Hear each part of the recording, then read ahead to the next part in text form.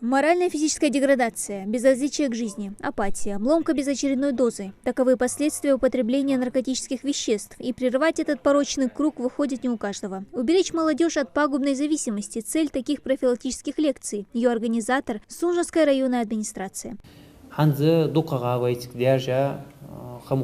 Аптечная наркомания. Лирика, название уже молха, кадо соль дали мою хамажу уже таганы чого вайтика ваймерка даже латыш держадыс. В числе спикеров представители духовенства и правоохранительных органов. Так Аслан Хучбаров отметил, рост больных наркоманией в Ингушетии наблюдается из-за легкого доступа к запрещенным веществам. В таких отдаленных поселениях это редкость. К примеру, за прошлый год в селении осудили одного виновного за это преступление. Но чаще всего так называемые закладчики реализуют наркотические средства через соцсети.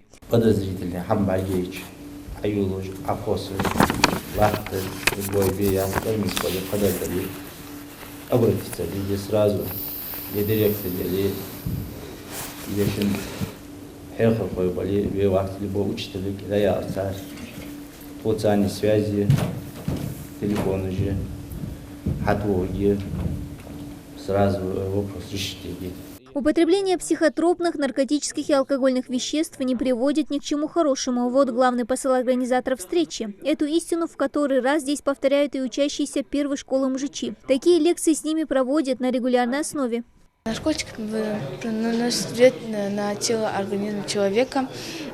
Например, сигареты ухудшают здоровье легких человека, из-за этого он заболевает или умирает.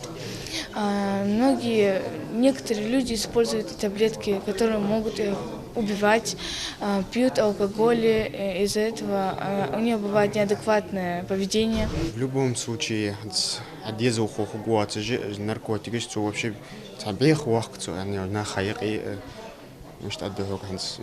любой серьезно воспринимать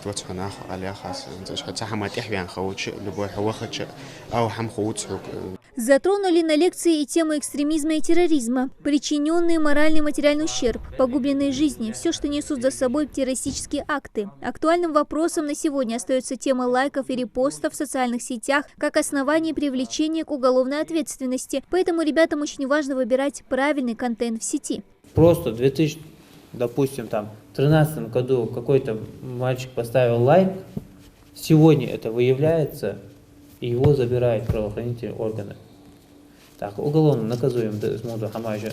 Что и в социальных сетях, что я здесь жду хам, что идут жду хам, что я мечах, класс то ее лайк то ее хожиш хол, чо лорлуш хол. Здоровый образ жизни и занятия спортом – вот ответ наркотикам и экстремизму, уверены организаторы. Для этого в селе постарались создать все условия для физического и интеллектуального развития молодежи. В прошлом году открылся спортивный зал для того, чтобы дети могли посещать различные спортивные секции. У нас здесь находится и дом культуры, школа, садик. Позапрошлом году мы открыли модельную библиотеку здесь же.